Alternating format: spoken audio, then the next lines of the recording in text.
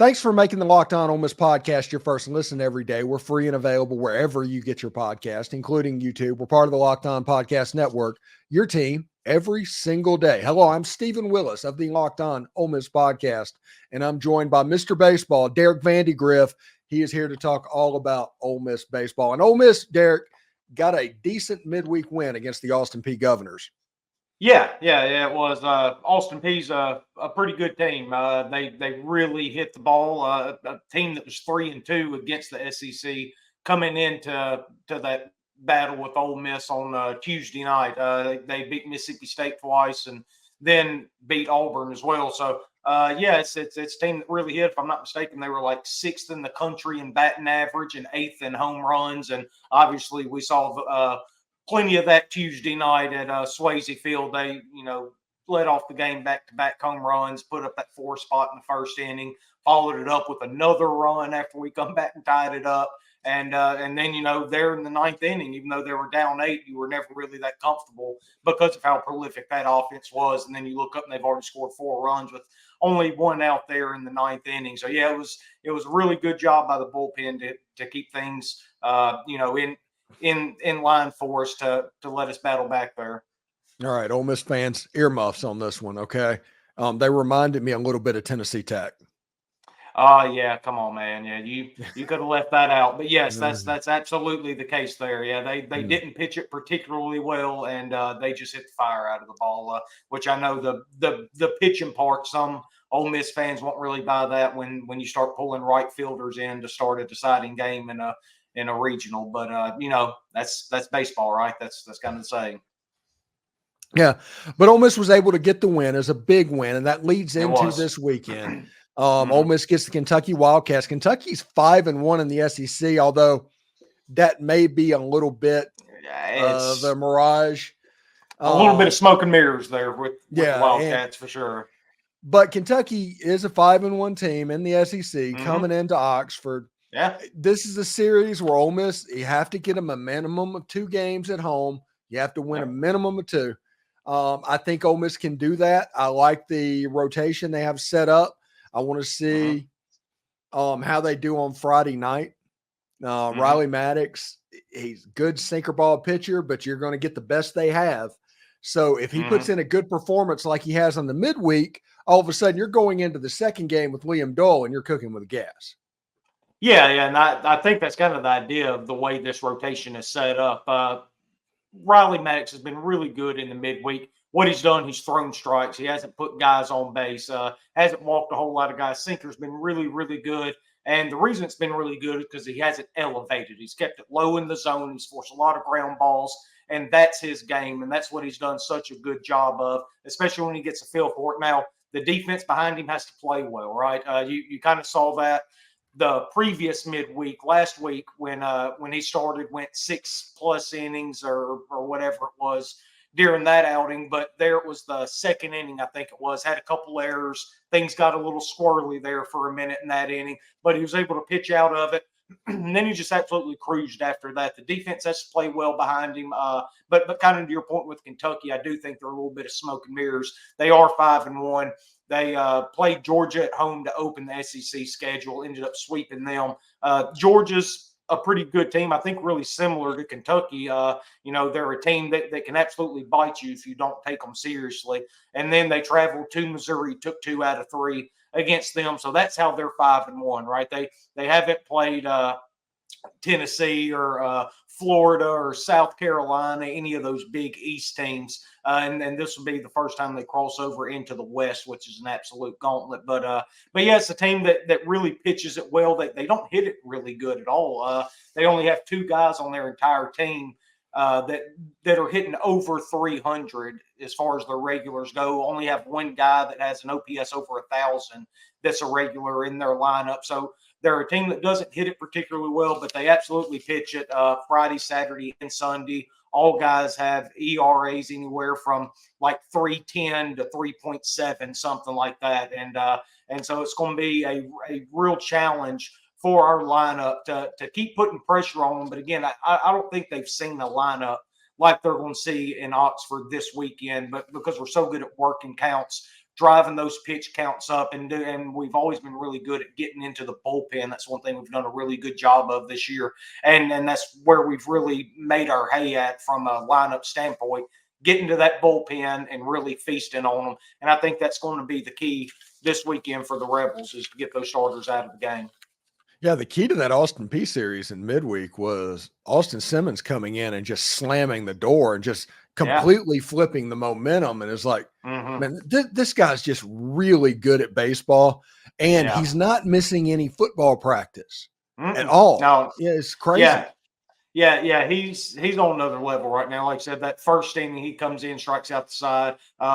All the momentum going Ole Miss's way there. Comes out for the second inning. Quite frankly, he got screwed twice on the first two batters he faced that inning. Had the first guy struck out, umpire didn't call it, and that's when he bounces the ball and ends up hitting the guy to send him to first base on the 0-2 count. And then the next guy had him in a 2-2 count, and made another really good pitch with his curveball there that the umpire didn't call again. Got it to 3-2, and he ends up walking him, and that ended up being the end of his evening. But I thought he pitched really well. It's really nice to see a guy that young coming into the SEC and pitching the way he is. He has an absolutely electric arm from the left side. That's one thing that I know we've talked about leading into this season. It felt like we had a ton of left-handed options, and you've seen that play out so far this year. Austin Simmons being a big part of one of those pieces in the bullpen from end to side.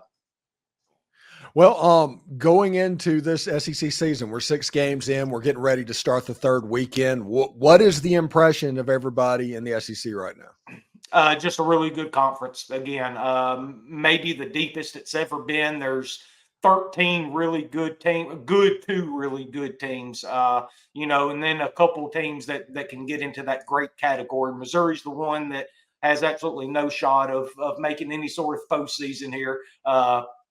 They're the one mark on the schedule that anybody has that's kind of almost a guarantee to. You don't want to say a guarantee in the SEC, obviously, but they're not a particularly good baseball team. But you look up and down this conference, those are 13 teams. Tennessee's obviously really good. Arkansas has a chance to be great. Florida, same thing, chance to be great, and throw Tennessee into that mix as well. LSU, if they ever figure out their pitching, their lineup is incredible. And then, look, much I hate to say it, Mississippi State's playing really good baseball right now. They're a team I think's probably surprised me more than any team in the SEC. They seem to have really figured it out, which is, shocker. Mississippi State finally figured out baseball after a couple of years. It's what they've always done, just like Ole Miss, right?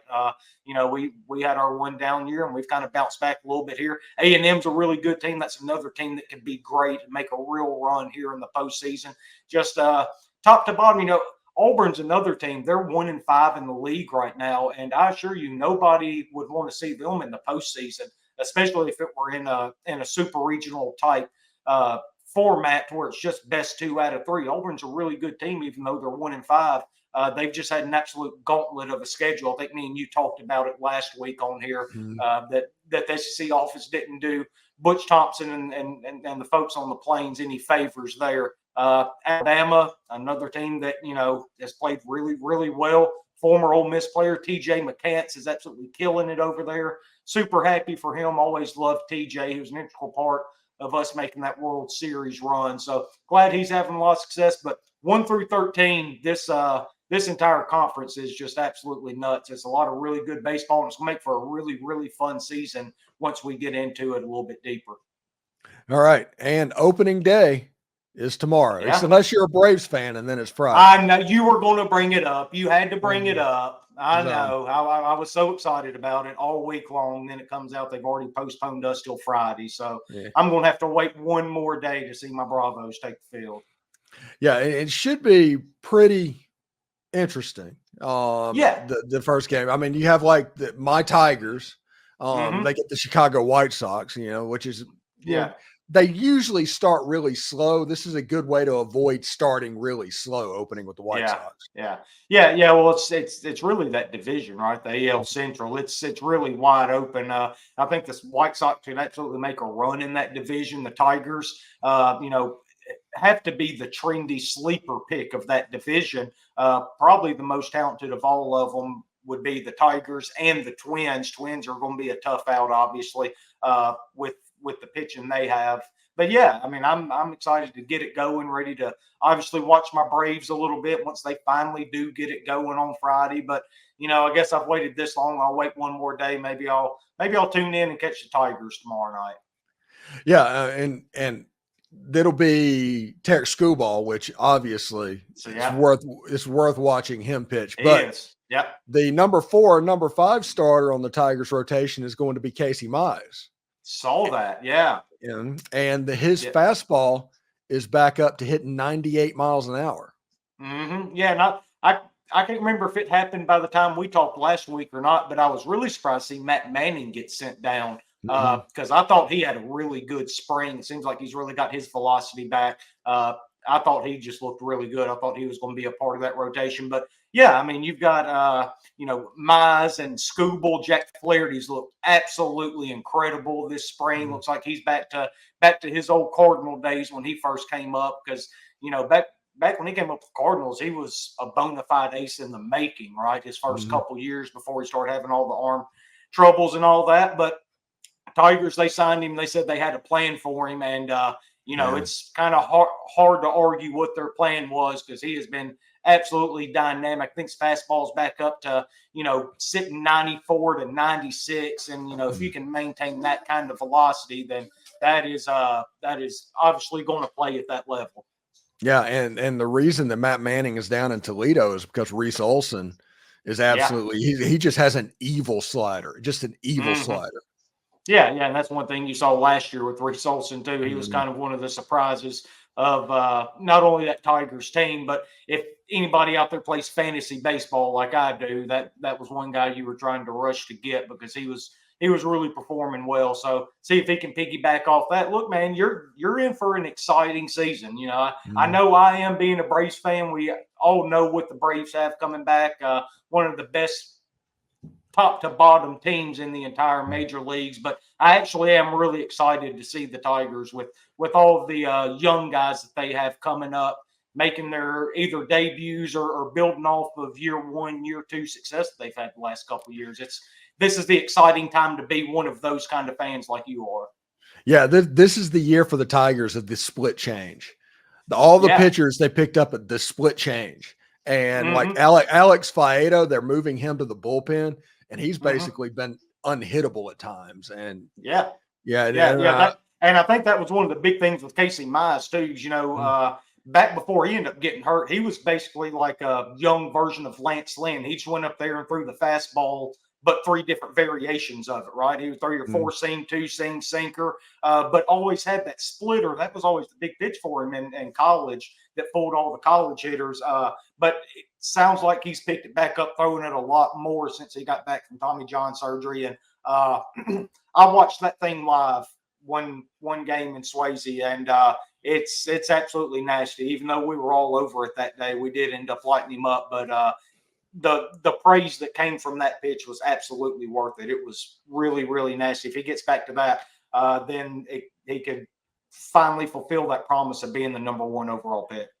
One thing that's amazing to me, and it's the case because it's college baseball, which is at most it's like almost AA baseball is what college baseball is, in my opinion. Yeah, SEC for sure. Yeah, whenever you see a dominant like Doug Nikhazy at Ole Miss, who was absolutely dominant, he can't seem to get a sniff at the majors. I know. That kind of lets you know. Yeah, and players like they come all through. Like Casey Mize was one of the most dominant college pitchers I can remember, and he just absolutely got shelled once he got to the big league. Yeah, and it just tells you what it is. The jump. It's a whole nother ball game, man. It really is. And, Nikhazy's a really good example. Now, it looks like he's been performing well since he got back. He ended up getting hurt last year, but he seems to be pitching pretty well now. But, I mean, even look at a guy like Drew Pomeranz, right? He was the best pitcher in the country for 2 years in Oxford, Mississippi. He made it to the majors, but he never really found success until he got moved to a bullpen role. He ended up starting there for a while and really struggled. And then when he moves to Oakland, San Diego, those ballparks there, they put him in the bullpen. And he ended up being one of the best bullpen arms in the game in certain scenarios, being the left-hander and being able to stretch out a little bit, give you some innings. But yeah, it's definitely a lot different once you get to the majors, if you're even lucky enough to get there. So I think it's one thing that's so impressive about Jackson Jobe, right? Because he's a guy that never even played in college, and he's up there just dominating spring training. I know he's gone back down AAA, if I'm not mistaken. No, right? it's double A. He's going to end up double. in Erie. Okay, Mhm. okay. Well, he won't be there very long. God bless him. Yeah, God bless. Those hitters are going to be like, oh my goodness. Yeah, I think they're playing. Those hitters are going to be begging for a demotion. They're going to be wanting to go back down to single A until they get him out of there. Yeah, but when I think like essentially the Toledo rotation, the eye is to get at least 4 of those. They're going to pitch in Detroit at some point this season. But Jackson Jobe, you can kind of develop in double A, and then at some point in June or July, you promote him up to Toledo, and then you probably promote him in August or September to Detroit. Yeah. There's no doubt about that. He's the guy that you bring up sometime after the All-Star break. Big thing is not starting this clock too early, right? For a franchise like Detroit, they're not in this, or they're in a pretty big market. They're not a huge spender though, from a baseball team standpoint. So you don't want to start that clock too early if you're not in contention. Now, if y'all end up being in contention post All-Star break, maybe you bring him in and he ends up burning through his rookie eligibility by a few innings, but that's fine because you've saved all of those innings on his arm by the time he comes up to try to make a postseason run. I mean, I think the Tigers are probably the most interesting team in the majors this year with all of these young guys and all of the options they have at their disposal. Yeah, it'll be a lot of fun. Yeah, it's going to be a lot of fun because somebody said that, hey, if the Tigers are in this thing and they're going after the playoff, you don't have to trade for a pitcher. Just promote Jackson Jobe. Yeah. Well, him and Matt Manning. You got him down in the minors right now too. I mean, you've got 2 major league starters sitting in the minor leagues right now going into opening day. That is a luxury that almost any major league baseball team would kill for. Yes, and I have my Toledo Mud Hens hat on as we are talking about right now, and sometime in the next couple of weeks, my Erie Seawolves hat will get here as well. Well, that's about time. We've talked about that for the last couple of weeks. It feels like. Yeah. For whatever reason, the flex fit, because that's what I get. I don't just get the fitted hat, so I've got a weird head shape. So I get the flex fits, and their suppliers not getting in. So I'm looking forward to that. Imagine that. Yeah. All right. Thanks again for making the Locked On Ole Miss podcast your first listen every day. We're free and available wherever you get your podcast, including YouTube. We're part of the Locked On Podcast Network, your team, every single day. Derek Vandygriff, Mr. Baseball, joining the show every week like he always does. Take care, Derek, and we will check out the SEC After Dark YouTube channel, and you will get the Kentucky preview and all his series reaction, all the Derek Vandygriff, Mr. Baseball videos you want to see. Diz and Duckout is there. That's right. Yeah, we'll be recording that here a little bit later on today. Kind of doing a little bit of a mailbag this week as well. If you have any Ole Miss baseball questions, that may be something we start doing every week. So, if y'all will follow me on Twitter, look for it, and I'll post it there. And if y'all have any questions, y'all send it in, and me and my main man Hitch will get to them. So, need a Kentucky preview, head on over there, and we're going to go a lot deeper into the Kentucky Wildcats on the SC After Dark YouTube channel. All right, Derek. Appreciate it, buddy. All right, buddy. Hi, Toddy. Hotty toddy.